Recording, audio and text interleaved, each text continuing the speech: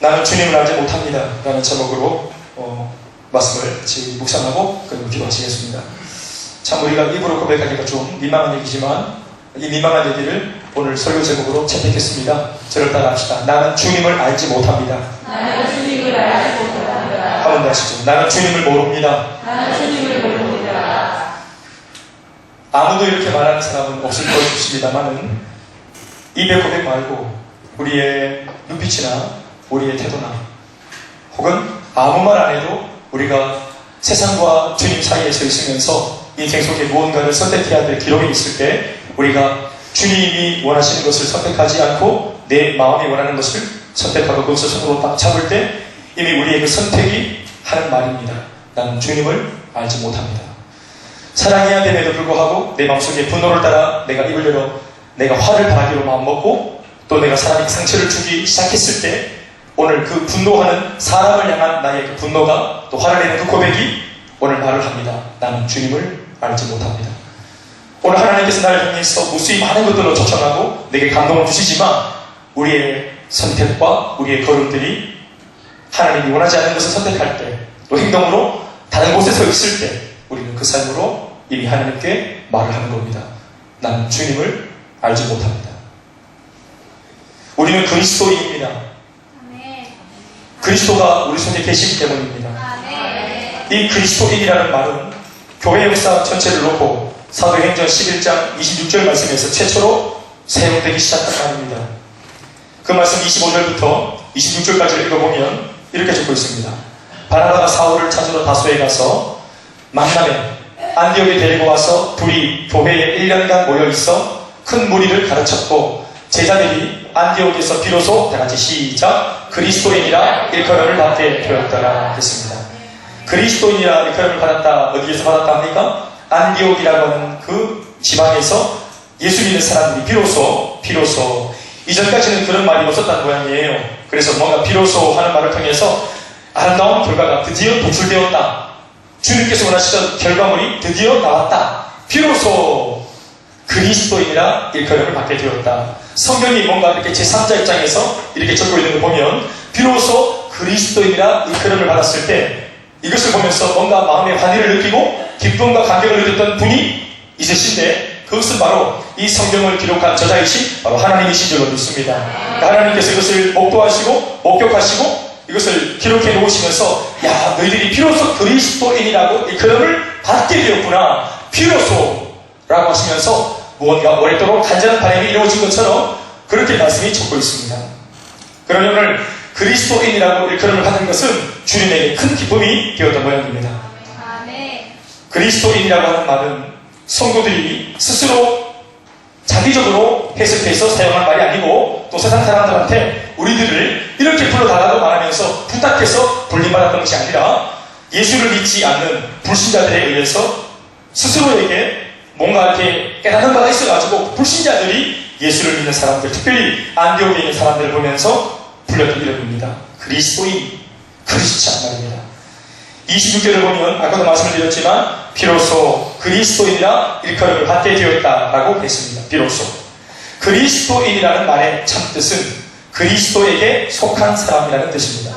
그리스도에게 속한 사람 따라합시다. 그리스도에게 속한 사람. 우리가 방금 찬양을 했죠? 내가 믿는 분 예수, 내가 속한 분 예수. belong to Jesus. 나는 주님에게 속했다. 주님에게, 예수님에게 속하여 있는 사람, 그 뿌리와 그 출처가 인생의 중심이 예수님에게 놓여있는 사람입니다. 그래서 이 사람들을 세상 사람들은 그리스도인이라고 불렀습니다. 불신자들이 왜 그렇게 그리스도인이라고 그들을 불렀는가요? 26절 안에 보면은 그 해답이 적혀 있습니다. 바나바와 바울이 하나님의 말씀을 들고 안디옥 교회에 들어가서 몇 년간 가르쳤다고 합니까? 1년 동안 가르쳤다고 합니다. 우리가 잘 아는 바와 같이 우리는 성경 속에 나오는 이 가르쳤다라고 하는 이 대목들이 우리말로 오늘 우리 교회에 쓰는 용어로 무엇이라고 말할 수 있겠죠? 뭡니까? 하나님의 말씀을 가지고 목회자나 성도들을 불러서 따로 설교한 것이 아니라 가르치고 권하고 또 양육해서 훈련시켜서 하나님 말씀을 각 사람이 알아먹고 각 사람이 그리스도의 제자가 되도록 만들어 놓은 것입니다. 그래서 예수 믿는 성도들의 삶과 인격이 각 사람마다 구체적으로 달라지기 시작했던 것입니다. 특별히 이들의 변화를 놓고 안디옥에 있던 불신자들이 그들의 상태를 평가한 말이 그리스도인이다.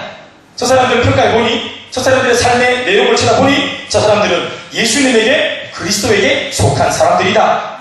이렇게 말을 했습니다. 그러니까 불신자들이 이렇게 말한 것으로 봐서 성도들의 변화가 교회 안이 아니라 교회 바깥으로, 세상 속에서, 가정에서, 직장에서 그 수많은 안디옥 사람들, 예수를 믿지 않는 사람들, 그 사람들 속에서 놀라운 반향을 일으킨 것이 분명해 보입니다.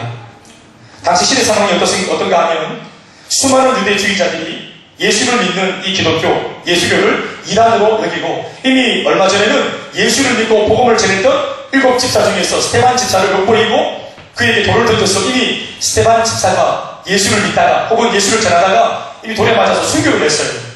그리고 또 다른 제2의 스테반, 제3의 스테반을 예수 믿는 자들을 계속 찾고 있는 중이었어요.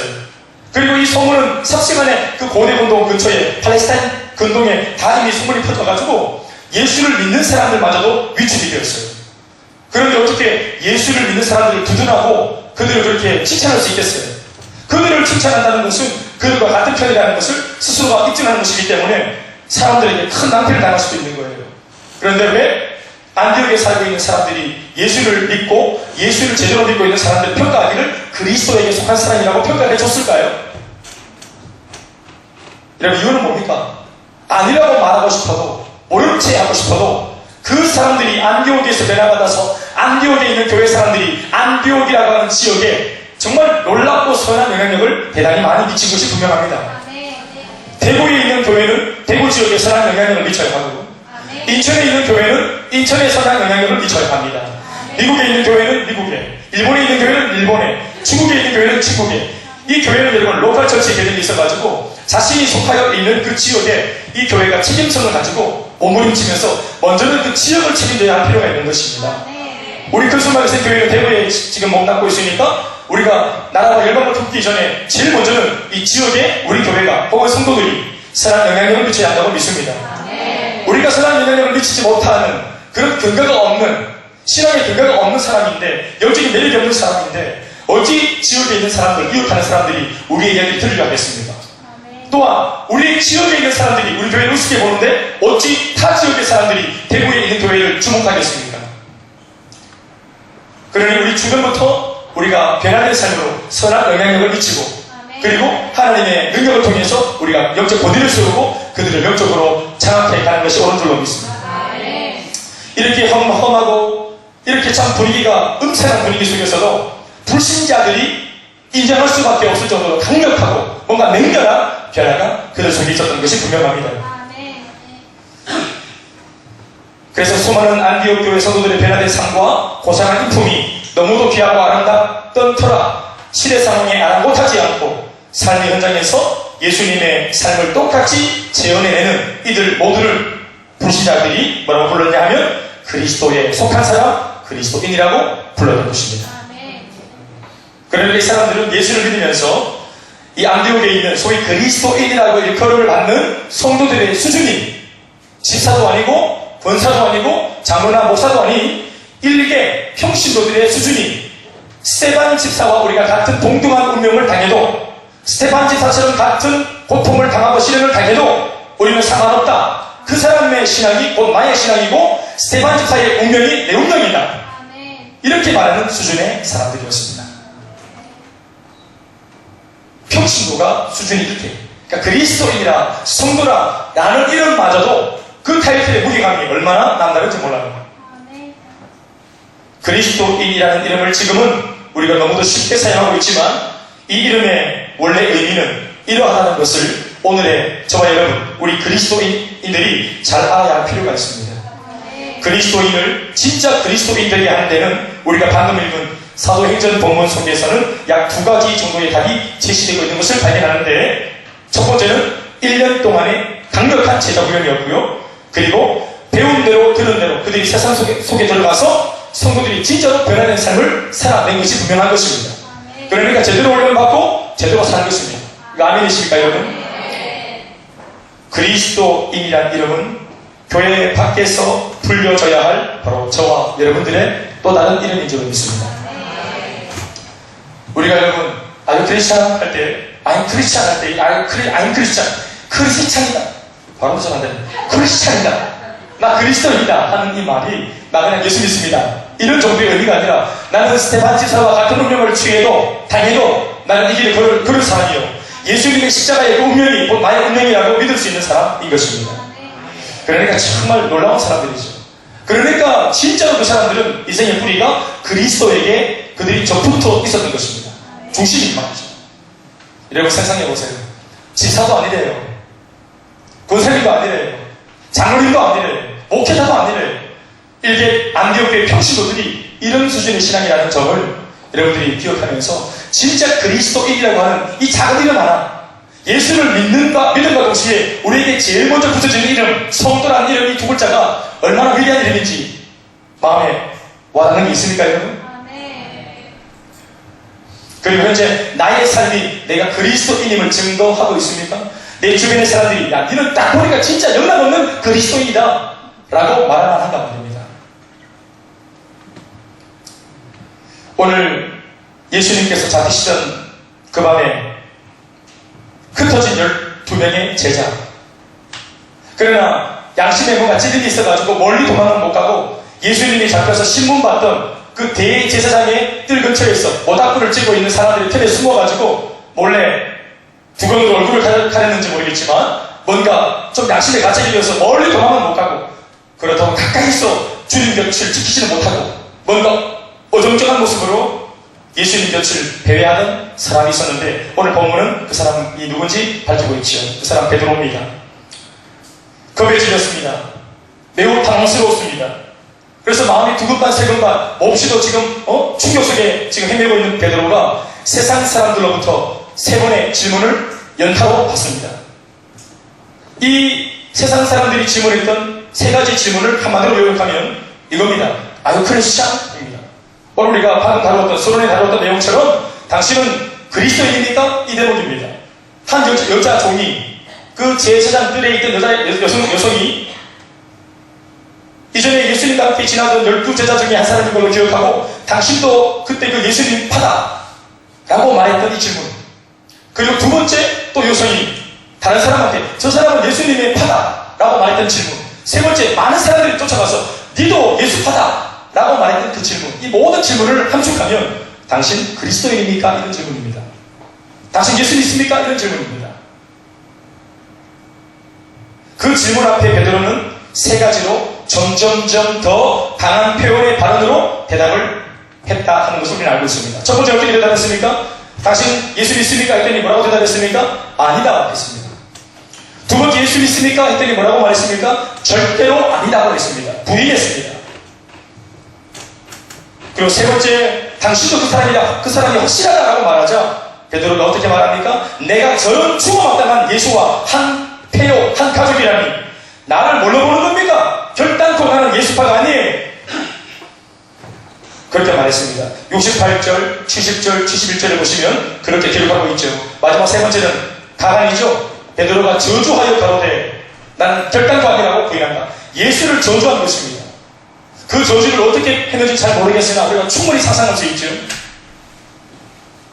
제가 조금 이렇게 좀 이것을 좀 풀어놓은 그런 내용은 아까도 말씀드린 것처럼 이런 정도죠. 내가 저런 죽어마땅한 예수와 한 가족이라니 저렇게 신성모독한 예수와 한 가족이라니 자기 자신도 구원하지 못하는 능력없는 저런 무능한 종교 지도자를 내가 한 가족이라고 따라갔다니 여러분 말도 하지 말라고. 난 그런 사람 아니라고. 나를 뭘로 보냐고. 나 그렇게 멍청한 사람이 아니라고. 저주한 것입니다. 사랑하는 여러분, 베드로의 이 음성이 멀리 있는 음성인 것 같아요? 아니면 자주 들어보는 음성인 것 같아요? 아니면 자주 들어보는 정도가 아니라 혹은 내 속에서 한두 번쯤 내가 내 입으로, 내 눈빛으로, 내 삶의 어떤 선택을 통해서 선택하는 행동 고지를 통해서 우리가 우리의 몸과 우리 입으로 우리가 그런 제스처로 말해왔던 고백인가 하는 것을 오늘 이 밤 우리가 묵상을 해야 합니다. 저는 이 말씀을 묵상하면서 베드로를 떠올렸습니다. 그리고 이렇게까지 말하고 지금 숨으려고 하고 자기의 생존을 위해서 고집을 부리는 나는 어떻게 하든지 살아남아야 되겠다라고 생존 자체에 몰입되어 있는 이 베드로를 보면서 지난날의 베드로를 좀 상상해 봤어요. 왜냐하면 저는 지난날 저 스스로만 해도 베드로를 놓고 설교를 많이 했던 사람이기 때문에 그래요. 베드로의 신앙을 여러분들 앞에 이야기하면서 본받으라고 제가 제법 많이 말을 했기 때문에 그래요. 그때 베드로와 오늘의 베드로는 같은 사람인데도 너무 다른 것 같아요. 누가복음 5장을 보시면 베드로와 예수님의 그 만남의 장면, 제자로 부르는 콜링 장면이 있습니다. 밤새도록 수고하면서 그 그물질을 냈지만 물고기 한 마리도 못 잡아가지고 그렇게 공쳤던 하루, 그 새벽에 그물을 다 다시 이제 걷어들여가지고 완전 파장물이게 되었을 때 실패하고 낙심했던 그 새벽에 예수님이 찾아오셔서 그에게 깊은 데로 가서 그물을 던져라 했을 때 그 말씀에 나는 정말 마음속에 뭔가 좀 불편함이 있지만 당신의 말씀을 의지해서 내가 그물을 내려보겠다고 그러면서 믿음을 뭔가 발동하면서 말씀을 따라 순종했던 베드로의 눈앞에 그물이 찢어질 정도로 놀라운 일들이 일어나는 것을 보면서 베드로가 얼마나 감격한 나머지 그 예수님이 이 신이구나 하는 것을 느끼면서 뭐라고 말했습니까? 주여 나를 떠나소서 나는 죄인입니다 라고 말할 때에 그 귀한 고백 앞에 예수님이 이제부터는 너가 물고기를 잡는 어부가 아니라 사람 낚는 어부가 될 것이라고 그를 불러주지 않으셨습니까? 마가복음 1장을 보시면 이미 결혼을 했던 시몬의 장모가 얼마나 심각한 결병에 시달리고 있었습니까? 그런데 예수님이 가장 먼저 내 사랑하는 제자의 가족의 일원이었던 시몬의 장모의 집을 친히 방문하셔서 한 번에 그 시몬의 장모의 질병을 깨끗이 낫게 해주셨습니다. 사람들은 모름지기 오랫동안 가게 되는 것이 뭐냐 하면 야이로의 딸이 사는 것보다 문둥병자가 나은 것보다 중풍병자가 예수님대로 나은 것보다 내 가족이 주님으로부터 은혜를 받아가지고 회복되어진 것 이것이 더 많이 오래가는 거죠. 그 은혜가 너무너무 귀한 은혜로 와서 내 평생을 드리는 사람들도 있지 않습니까? 우리가 왜 아내가 암에 걸리거나 병에 걸리거나 하면 우리 목사님들 보면은 과거에 한때 그 가정들을 보면 내 아이가 내 아내가 내 부모님이 또 나 스스로가 질병 걸려가지고 목숨을 잃어갈 때 사경을 해낼 때 주여 내가 주의 종이 되겠으니 내가 드릴 테니까 내 사랑을 드릴 테니까 이 질병만 거두어 가달라고 그렇게 고백하다가 진짜 열병 암병이 떠나가서 그 병 하나 낳고 인생을 드렸던 사람들이 얼마나 많았습니다. 베드로가 지금 그런 장면인지 모르겠지만 자신의 가족이 소중한 식구가 회복되어지는 은혜를 입었던 사람이에요. 그러니 얼마나 그 감사하는 마음이 마음속에 평소에 충만했겠습니까? 마태복음 14장 말씀 보시면 풍랑만 했던 배곁으로 12제자를 구원하러 오셨던 예수님께서 내니 하지 마라 두려워하지 마라 이렇게 말했더니 베드로가 소절을 일어나서 만약 정말로 주님이면 나를 명해서 바다를 걸어오게 해주세요 라고 했더니 오늘아 와보라 했더니 베드로가 정말로 주님의 음성인가 하여 믿음을 가지고 그 걸음을 떼가지고 바다 위로 발을 내밀었더니 그래도 불과 몇 걸음이 했지만 예수님을 믿는 믿음 때문에 그 초자연적인 기적을 경험했던 적도 있었습니다. 물론 뭐 파도도 잡아졌지만 그 놀라운 초자연적인 몇 걸음의 그 바다를 걸었던 경험들 말입니다. 나를 바다 위를 걷게 만들었던 이분이 신이 아니면 어떤 분이실까요? 이분은 확실한 나의 경험을 통해서 확실한 하나님의 아들이 분명합니다. 그건 무리를 걸어본 사람은 아는 겁니다. 다른 사람들이 뭐 무리도 걸어보지 못한 것들이 아무리 아이나 했었고 막 조작이나 했었고 그래도 그 바다 위를 직접 걸었던 그래서 보선이 막 뭐 강하게 젖어봤던 베드로만큼은 결단코 그 경험을 잊지 못하는 겁니다. 마태복음 16장을 기억하십니까? 가이사랴 빌립보 지방에서 예수님이 사람들이 나를 뭐라고 부르냐? 엘리야다, 예레미야다, 세리온이다. 그것 말고 너희들은 나를 누구라고 부르냐? 그때 우물쭈물하고 있던 제자들 사이에서 베드로가 벌떡 일어나서 주는 그리스도시요 살아계신 하나님의 아들입니다. 나는 그런 주님을 믿습니다. 라고 말하니 예수님이 얼마나 기뻐하며 바요나 시몬아 네가 복이 있도다. 이런 말을 하게 한 것은 네 육신으로 한 것이 아니라 하나님께서 성령으로 감동을 주셔서 네가 하나님에게 감동되어 한 말이구나. 그러면서 놀라운 하늘의 축복들 교회가 네 고백 위에 세워질 것이라고 하는 그 축복들 음부의 것을 이길 것이라고 하는 축복들 네가 천국의 열쇠를 쥐고 있다는 축복들을 받지 않으셨습니다. 그리고 예수님이 이래고 내가 십자가에 달려 죽기 위해 왔다 하니 예수님에게 결단코 그런 일이 일어나지 않도록 내가 당신을 지켜드리겠다고 큰 소리 치던 베드로 아니었습니다. 누가복음 22장을 보시면 예수님을 잡으러 로마 병사들이 에워싸자 자신이 가지고 있던 칼로 로마 병사 말고의 귀를 잘라내고 예수님을 끝까지 무력을 동원해서라도 지키겠다고 큰 소리치던 베드로였습니다. 이러한 예수님과의 만남과 대화 중에서 참 기억에 오랫동안 남는 것은 저 개인적으로는 누가복음 22장에 있는 한 대목인데요. 31절부터 34절에 있는 말씀이에요. 6월절 마지막 만찬에서 예수님께서 베드로가 하도 이런 의협심들, 내가 끝까지 예수를 지키겠다, 나는 스승을 절대로 떠나지 않겠다, 결단코 그런 일이 스승에게 미치지 않도록 내가 단독히 하겠다 라고 말하는 그 얘기를 몇 번이나 말했던 그 밤에 그의 예수님께서 사랑하는 마음을 가지고 이런 당부를 하셨습니다. 31절부터의 말씀 다 같이 읽어보시겠습니까? 시작. 시몬아 시몬아 보라, 사탄이 너희를 밀가루로 타려고 요구하였으나 그러나 내가 너를 위하여 네 믿음이 떨어지지 않기를 기도하였노니 너는 돌이킨 후에 네 형제를 굳게 하라. 그가 말하되 주여 내가 주와 함께 오게도 죽는데도 가기를 각오하였나이다. 이르시되 베드로야 내가 네게 말하노니 오늘 다 굴기 전에 네가 3번 나를 모른다고 부인하리라 하시나. 예수님이 아셨어요.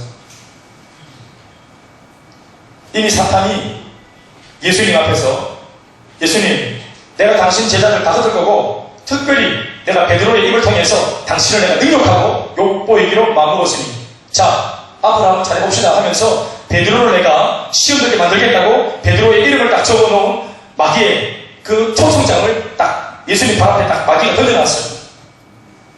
예수님 딱 보이시죠? 내가 페어플레이 할게요. 주님 보는 앞에서 내가 베드로를 박살낼 테니까 한번 지킬 때까지 한번 지켜보시죠. 내가 보니까 베드로가 신앙이 대단해 보이는데 어디 끝까지 갈 수 있나 한번 지켜보세요. 내가 수단과 방법을 동원해서 반드시 베드로를 잡아드리겠습니다 하면서 이미 예수님한테 당신 제자 조심하라고 청구를 했다 이래 나왔습니다.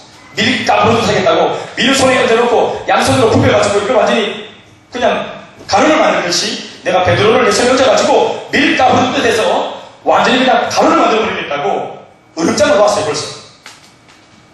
여러분 이게 얼마나 참 가당치 않은 일입니까? 베드로가 얼마나 우습게 보였으면 마귀가 어떻게 예수님 앞에 나와가지고 당신이 부르고 구원하고 세워놓은 훈련시켜놓은 이 베드로 수장 중에 수장 제1번 제자 내가 손바닥에 올려가지고 완전히 그냥 문질러서 박살을 내고 가루를 만들어 보일 거라고 그렇게 말을 한다는 겁니다. 여러분 사탄이 베드로의 이름을 하나님께 치고 있다 할 때 오늘 베드로보다 못한 우리 이름은 마귀가 얼마나 우습게 보고 우리가 훈련을 해도 우리가 양육을 받아도 우리가 예배를 드려도 평생 모태신앙으로 신앙생활을 해도 사탄이 눈 하나 깜짝하겠습니까? 우리 이름 석자를 들고 와서 예수님 앞에서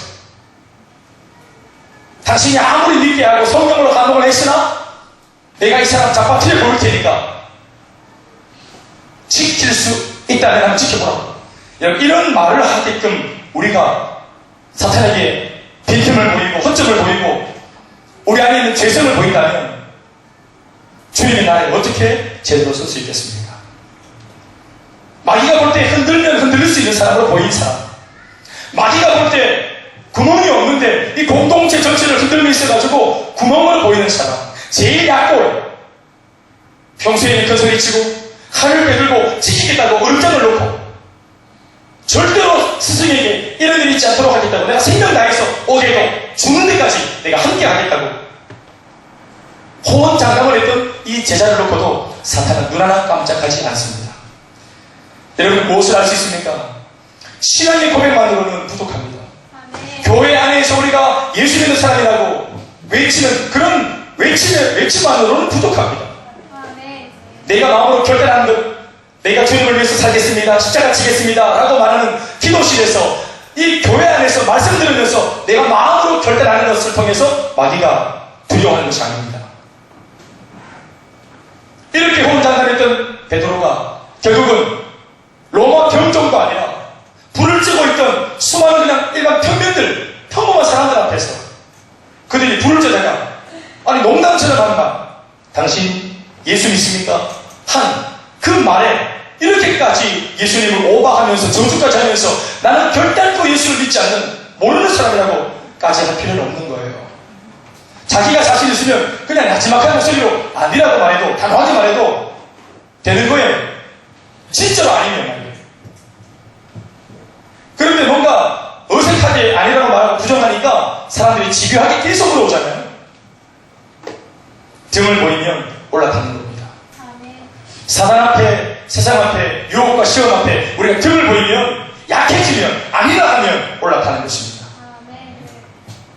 여러분, 우리가 신앙생활을 할 때 우리의 신앙생활의 가장 높은 경지가 어디입니까? 순종하는 삶입니다. 그렇게 배우셨죠? 할렐루야. 우리가 왜 기도하고 성령 충만을 받기 원합니까? 성령 충만해서 능력자가 되기 위해 성령 받는 겁니까? 천만의 말씀입니다. 성경은 여러분 다르게 가르칩니다. 우리가 기도하고 성령이 충만해지면 내 속에 내가 죽고 내 자아가 죽고 성령이 나를 압도하는 그분이 주인 되시면 내가 다 죽어버립니다. 오히려 내가 약해져요. 그래서 내가 나의 생존을 책임지겠다고 말하는 인간적인 마음이 다 죽어버리고 주님을 위해서 무엇이라도 순종하겠다는 마음이 우리 안에 충만해집니다. 성령 충만하면 순종하는 겁니다.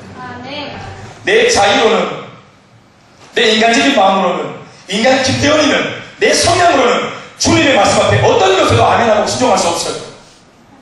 마치 손해보는 것 같고 내가 망하는 길인 것 같아서 순종이 잘 안 돼요. 그러나 성령이 충만해지면, 그래서 내가 죽어버리면 순종이 되어져. 그래서 신앙의 최고가 뭐냐 하면 순종하는 삶이에요. 그런데 그 순종이 안 되기 때문에 내가 죽어야 되는데, 하나님의 말씀대로 살기 위해서 가장 큰 방해물은 어쩌면 사탄도 아니라 불순종으로 충만해진 나 자신인지 몰라요. 사랑하는 여러분, 오늘 베드로가 이렇게 삶의 현장에서 나는 그리스도인이 아니라고 말하고 있어요. 우리로 치면 이것이 직장인지 모르겠어요. 우리로 치면 이것이 예수를 믿지 않는 불신 가족들 사이에서의 일어난 해프닝인지 모르겠어요. 친구들과의 만남 속에서, 내가 아는 세상 속에서의 지인들과의 만남 속에서 너 그리스도인이냐? 아, 크리스찬이라고 물을 때 나는 주님을 알지 못하는 사람이라고 말하는 것과 뭐가 다르겠습니까? 오늘 저는 마지막으로 세 가지로 우리가 기도의 제목을 삼아야 한다고 생각합니다. 첫 번째는 우리가 오늘 베드로와 같은 질문을 받을 때, 너 그리스도인이냐? 라고 물을 때, 그 물음을 받을 때 우리가 예 그렇습니다. 나는 그리스도인입니다. 나는 주 예수를 믿는 사람입니다. 당신은 예수 믿는 사람입니까? 라고 물을 때 저는 교회 다니는 사람입니다가 아니라 나는 예수를 믿는 사람입니다 라고 말할 수 있어요. 교회를 다니는 사람입니다. 잘못된 대답입니다. 왜 다시 술 안 마십니까? 아, 나 교회 다니는 바람에 술을 못합니다. 고마워. 술을 마시고 싶은데 고마워. 내가 예수를 믿는 바람에 이게 고마워. 내가 고마 집사가 되는 바람에 고마. 지난 주일에 고마 은혜를 받는 바람에 고마. 내가 그러니까 세상적으로 살고 싶은데 신앙적인 은혜나 신앙적인 타이틀이 걸림돌이 되어서 에이 세상적으로 못 누리겠네, 못 즐기겠네, 이게 아니고 내가 못하는 게 아니라 내가 그리스도인이기 때문에, 주의 백성이기 때문에 못하는 게 아니라 안 하는 겁니다. 아멘. 같이 아멘 합시다. 아멘. 못하는 겁니까? 안 하는 겁니까? 안 하는 것입니다. 아멘. 그러니 우리가 이런 질문을 받을 때에 우리가 교회 안에서만 그리스도인이지 말고 제일 중요한 세상 속에서 우리가 비로소 그리스도인이라 일컬음을 받는 사람이 되어야 합니다. 아멘. 따라합시다. 첫 번째, 우리가 어디서 그리스도인이 되어야 합니까? 교회 안에서가 아니라 세상 속에서 우리가 그리스도인이어야 합니다. 아멘. 예수님 앞에서 그리스도인이라고 말하기 싫습니다. 목사님 앞에서는 우리가 언제나 그리스도인인 것처럼 말하려고 합니다. 말하는 억양 자체가 그리스도인입니다. 교회 오빠. 말하는 억양 자체가.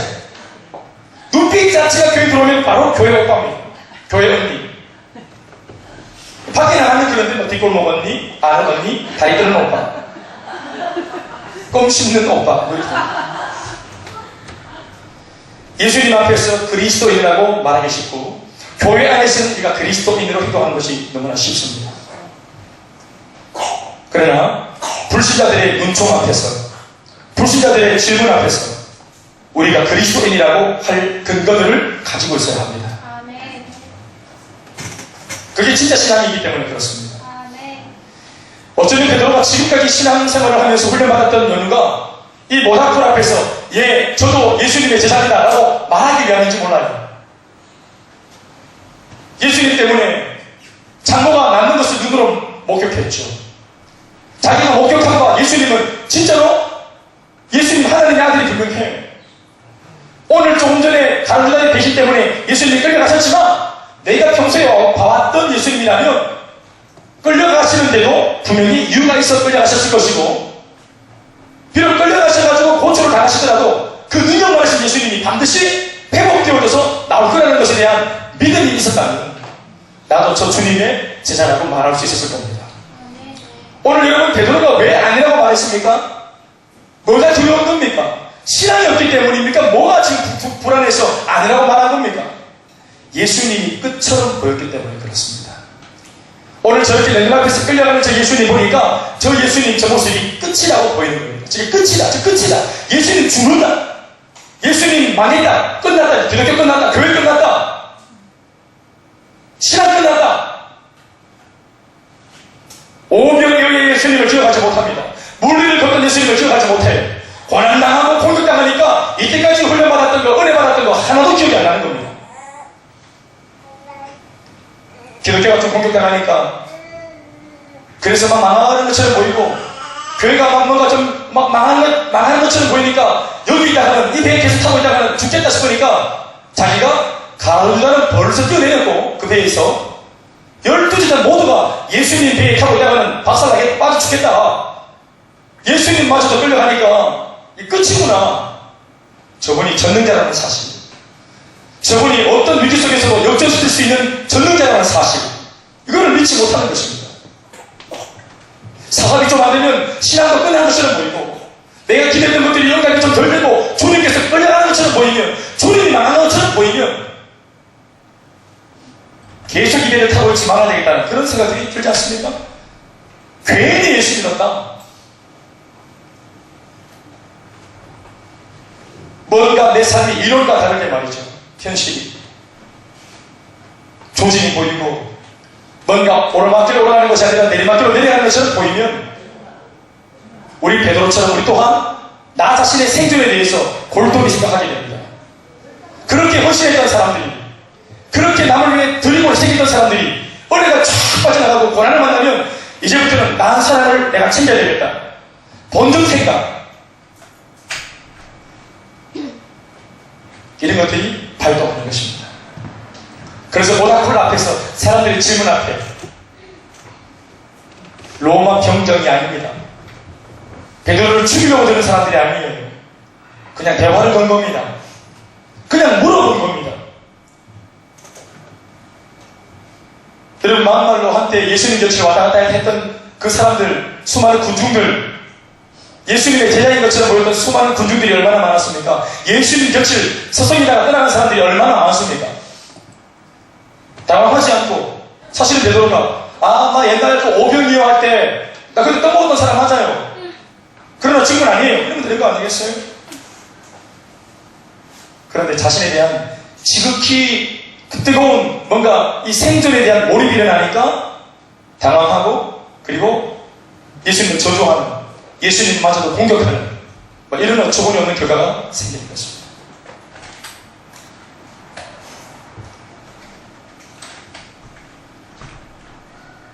좀 못되게 말하면 자기 한 사람 안 믿어도 돼요. 그냥 자기 한 사람 안 믿고 말죠. 나는 예수님 모른다. 그냥 이 정도 해도 되는데 예수님을 공격하죠. 그냥 자기 한 사람 교회를 안 다니는 불신자이면 되는데 어떤 이들을 보면 교회를 공격합니다. 예수를 공격해요.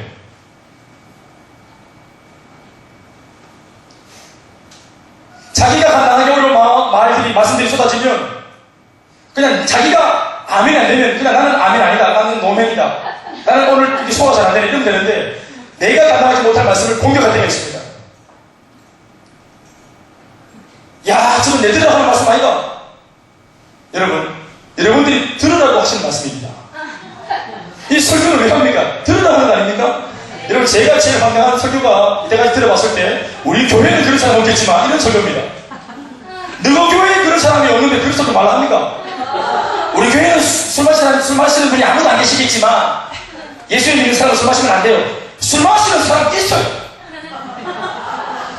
하나님께서 감동을 줘서 그 사람이 있기 때문에 목사한테 감동을 줘서 오늘 술 배락하는 거 아니겠어요? 그걸 왜 목사가 두려워합니까? 그런 사람이 있기 때문에 설교해야지. 그 사람이 듣고 깨닫고 그날 바로 돌이켜 배워받는 거 아니겠어요? 우리 안에 오늘 베드로처럼 모닥불 곁에서 세상 속에서 나는 그리스도인이 아니라고 말하는 사람이 있기 때문에 주님이 말씀을 주시는 거예요. 그게 누군지 아무도 모르겠지만 혹은 또 이렇게 합니다. 목을 쭉 빼들고 자네 자 니다 니 우리 남편 찾고 막 내 마음을 갖지 말고 잘 한번 빼가지고 니다 니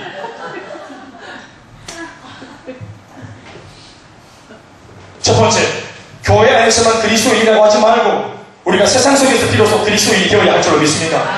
여러분 이거 쉽지 않습니다. 이거 쉽지 않잖아요. 여러분 제가 세상을 여러분들보다는 모르잖아요.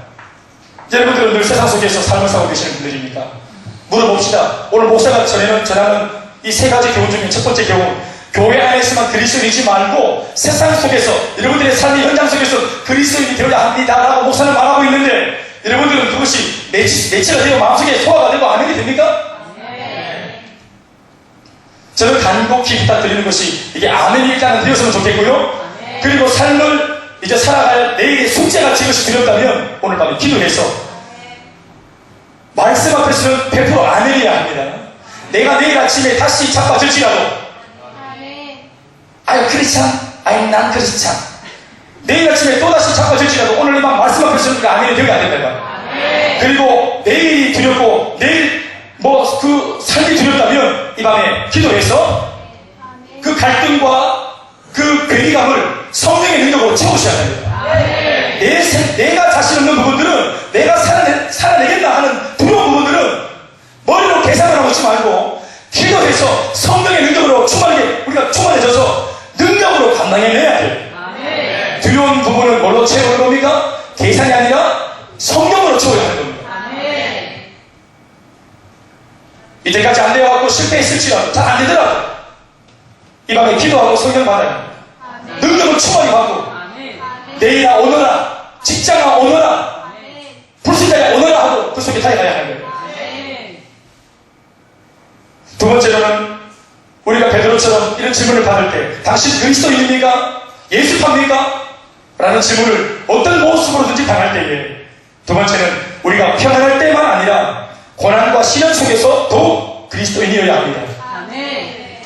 그리스도인입니까? 이 하나의 질문 앞에 단 한 번의 예라고 하는 대답이 몰고 올 파장이 우려가 될지라도 그들의 공격과 핍박 앞에서도 손해와 대가지물 앞에서도 우리는 그리스도인이어야 합니다.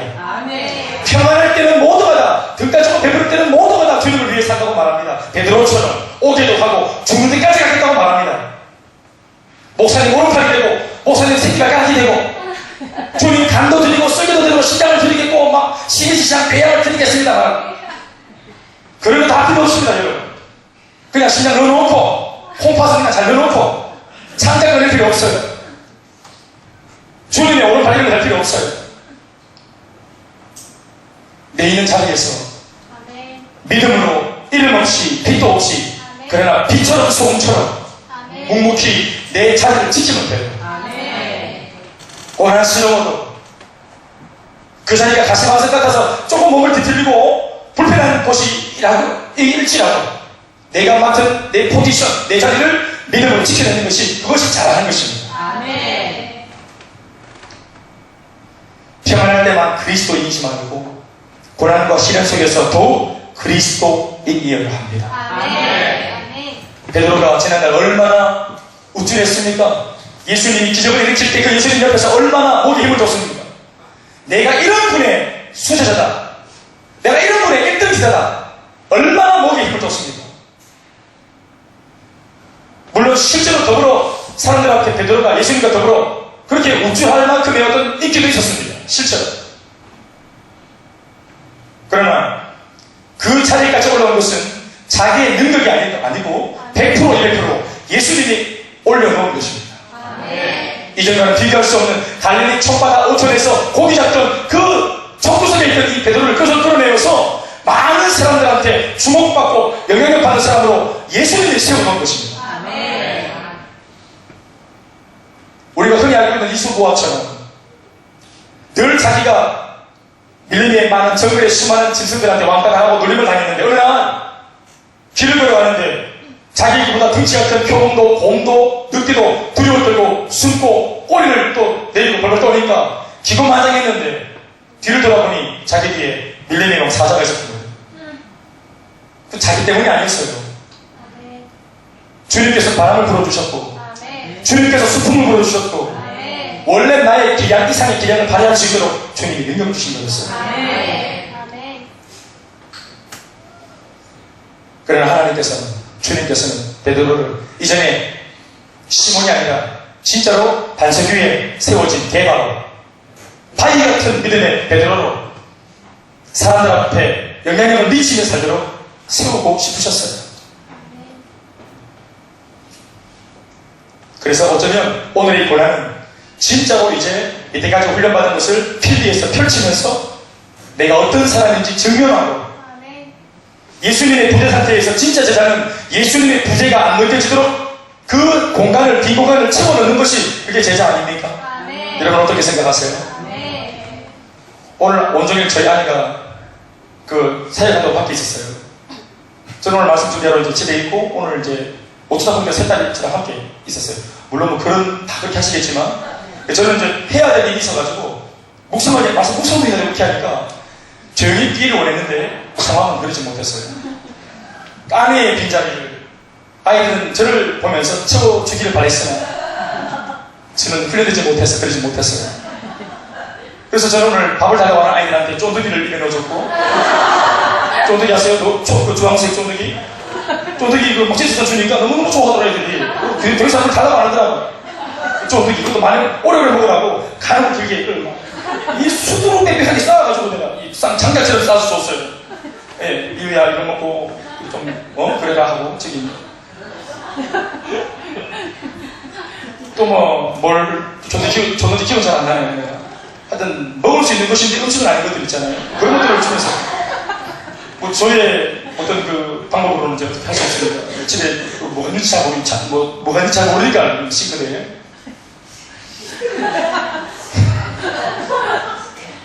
냉장고 뭔가요? 그 어디가 있잖아요, 그 음식들. 예수님의 부재 상태에 제자들이 그 자리를 채우려 하는 것입니다. 아멘. 그러려고 제자들이 준비된 거 아닌가요? 아멘. 그리고 지금 자기 눈앞에서 스승이 잡혀간다면 그때야말로 제자들이 자기 역할을 감당해야 될 때가 아닌가요? 아멘.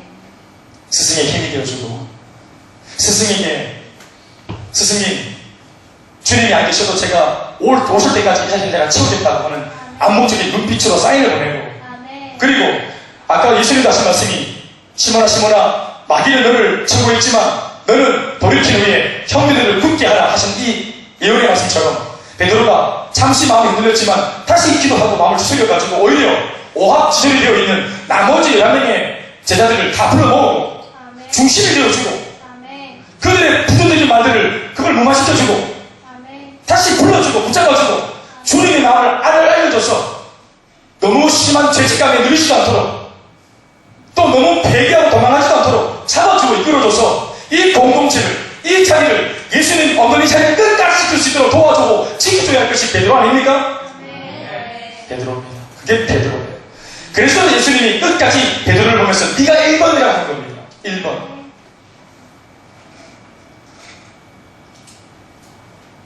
좋은 시절 편안할 때 사람들이 박수하는 자리 모든 사람들이 주목하는 그 스포트라이트를 받는 무대 위에서는 모두가 제자라고 그리스도인이라고 말하고 싶어 합니다. 그러나 예수님은 아무도 없는 뒷골목에서 불 꺼진 무대 밑에서 세상 속에서 고난받는 시련 속에서 가시밭길 속에서 너는 그리스도인이냐? 라고 묻기를 하시는 겁니다. 아멘. 우리는 삶으로 거기에서 대답을 해야 합니다. 아멘. 우리는 거기에서 삶으로 대답을 해야 합니다. 아멘. 마지막 오늘 베드로처럼 이런 질문을 받는다면 당신은 그리스도인입니까? 아니면 크리스찬이라는 질문을 받는다면 세 번째는 우리 한순간 그 그리스도인이지 말고 끝까지 그리스도인이 되어야 합니다. 아멘. 저 개인적으로 돌아보면 제 모교회를 돌아보더라도 고등부 때 친구들 수련회 때마다 손잡고 기도하고 눈물로 같이 은혜를 받고 격려하고 중보하던 친구들 우리 이 다음에 크면 정말 주님 나라에 멋지게 쓰임받자 하면서 그렇게 공부하고 마음을 나누던 친구들 아멘. 그리고 그 진심으로 나누던 눈물로 나누던 고백들이었고요. 그 친구들 말입니다. 또 대학교 때 그렇게 열정적이던 친구들 단기 소비를 헌신하고 또 전도여행으로 시골교회 가가지고 노인들 그 할아버지 할머니 등에 업고 모내게 하면서 우리가 손수 만든 그 잔치국수 대접하면서 눈물로 할아버지 할머니 영혼을 위해서 기도하던 그 친구들 아멘. 지금은 교회를 떠났거나 교회를 다니지만 있는 듯 없는 듯 명목상의 그리스도인이 되어서 예배 하나 지키기에 버거운 사람들로 지금 전락해 있는 걸 봐요. 제 친구들 말이죠. 현재 친구. 한 번씩 교회에서 만난 친구들이라 교회 모임으로 친구들이 한 모이면 목사가 9명이에요. 한 동기, 저희 동기가. 동기 중에 목사가 9명, 사모가 1명인데 그런 목사, 사모, 사역자들이 함께 모이는 그 동기 모임에서 아무렇지도 않게 담배를 피고 맥주를 시켜가지고 맥주를 마셔요. 그럼 막 술 따르다가 제가 이렇게 있으면 김 목사는 안 먹지? 사이다 먹지? 이러고 이제 넘어요. 여러분 수년 동안이나 선교지에서 선교사로 있는 친구도 있습니다. 그 친구가 안식년 받아가지고 안식월을 받아가지고 한국에 와서 정말 사역하다가 선교하다가 정말로 두 사람이 사모와 목사가 둘이 같이 울면서 심지어 이것이 얼마나 고달픈지 현지인들과 뭔가 정서적으로 맞지 않아서 이 사모가 우울한 마음이 들 정도로 고통을 안고 그 밤에 안식으로 찾아 정말 쉬고 평안을 얻으러 위로받으러 나왔던 이 친구의 앞에서 친구들이 모임을 열어줘가지고 갔더니 거기에서도 술 파티를 하는 거예요. 교회 친구랑 아이들. 제가 저희 친구도 보관하잖아요. 이 친구가 돌아오는 차에서 그렇게 울었다는 거예요. 저도 당했거든요. 그 친구들 모임에서. 이 친구도 당했더라고요. 우리 그 친구랑 저희 부부랑 같이 앉아서 식사하면서 대화를 하고 하는 한 5시간 대화를 하는데 선교에 대해서, 영혼을 구원하는 일에 대해서, 한 영혼이 주님을 믿고 복음을 들고 돌아오는 일에 대해서, 예수를 모르던 초짜가 예수를 믿고 심지어 양육을 받고 일꾼이 된다 하는 이 제세상의 이야기에 대해서 우리가 이야기하고 눈물로 주고받으면서 내 사람 모두가 얼마나 성령이 충만해졌는지 아십니까 여러분? 그 친구가 하는 말이 한 달 동안 대구에 머물면서 그 많은 친구들과 지인들을 만났는데 선교사를 앞에 놓고 선교에 대한 이야기를 4시간 동안 영혼을 구원하자는 이 복음에 대한 이야기를 했던 친구가 이밖에 없다고 말하는 거예요. 우리 4사람. 다 어디 갔습니까?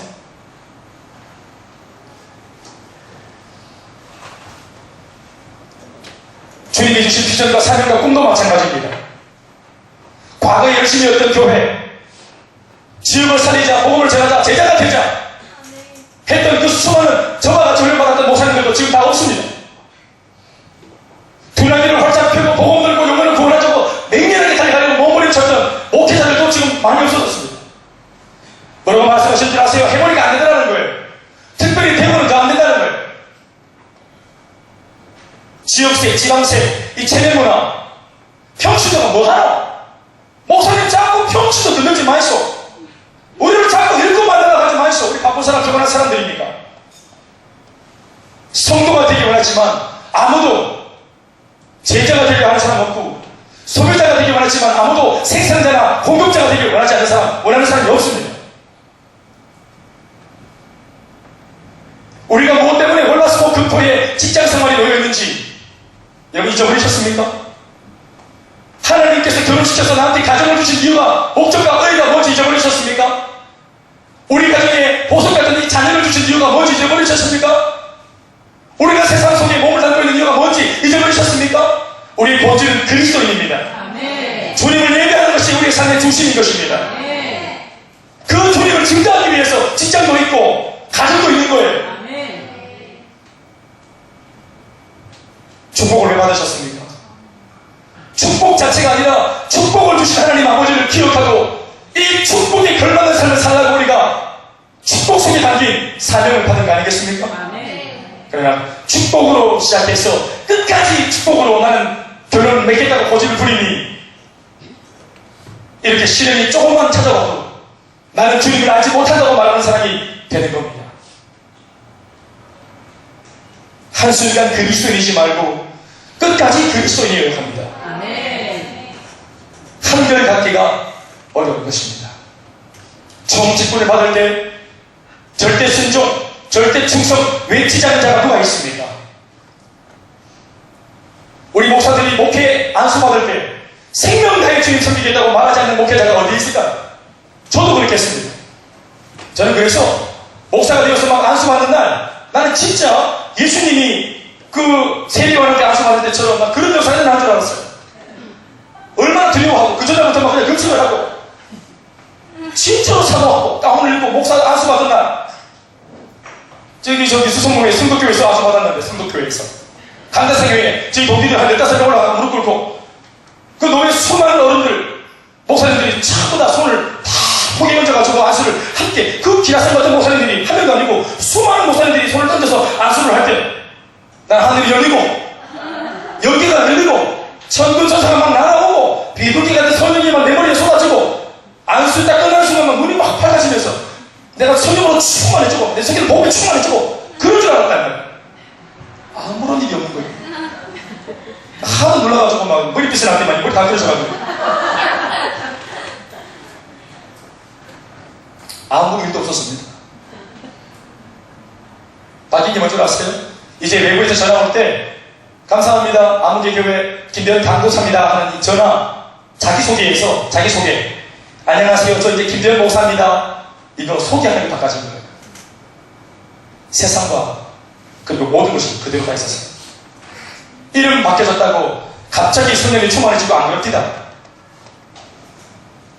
그 이름에 걸맞는 삶을 살 수 있도록 내신을 기할 수 있도록 기도하고 목사가 되기까지 성령 충만을 받아야 할 몫은 저의 몫입니다. 절로 되는 게 아닙니다. 그리스도인이라는 이름을 가졌습니까? 저절로 충만해지는 것이 아니에요.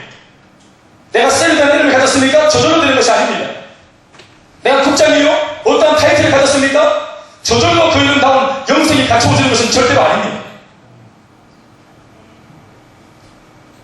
단 이전보다 더 거창한 타이틀을 받았다면 기도하는 열정, 기도하는 시간, 헌신하는 열정, 헌신하는 어떤 중심이 더 깊어져야 할 숙제와 책임이 우리에게 남아있는 것입니다. 그러나 정말 주님을 사랑하면 그 이름답게 살기 위해서 헌신하는 내용들이 이게 기뻐요. 의무와 책임감으로 부담스럽게 하는 게 아니라 이게 기뻐요. 말씀드리겠습니다. 고린도후서 13장 5절 말씀이 우리에게 이렇게 말하고 있습니다. 다 같이 읽어봅시다. 고린도후서 13장 5절 말씀 시작. 너희는 믿음 안에 있는가? 너희 자신을 시험하고 너희 자신을 확증하라. 예수 그리스도께서 너희 안에 계신 줄을 너희가 스스로 알지 못하느냐? 그렇지 않으면 너희는 버림받은 자냐? 제가 한 번 더 말씀드리죠. 너희는 믿음 안에 있는가? 너희 자신을 뭐하고? 스스로 시험하고 너희 자신을 스스로 뭐해라? 확증해라.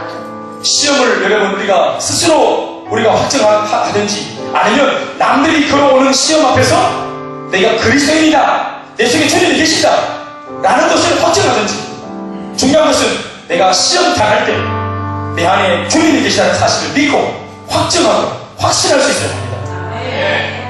내 눈앞에서 멀리 멀어져가는 그 예수님, 끌려가는 그 예수님, 여러분 불과 며칠 뒤에 죽음을 경험하셨으나 하루 이틀 사흘 뒤에 부활하실 주님이십니다. 주님은 끝이 없으십니다. 여러분 어제나 오늘이나 영원토록 동일하신 분이십니다. 살아계신 분이십니다. 우리 스스로가 못난 믿음으로 주님을 끝난 예수님으로 죽어버린 예수님으로 만들지 말아야 합니다.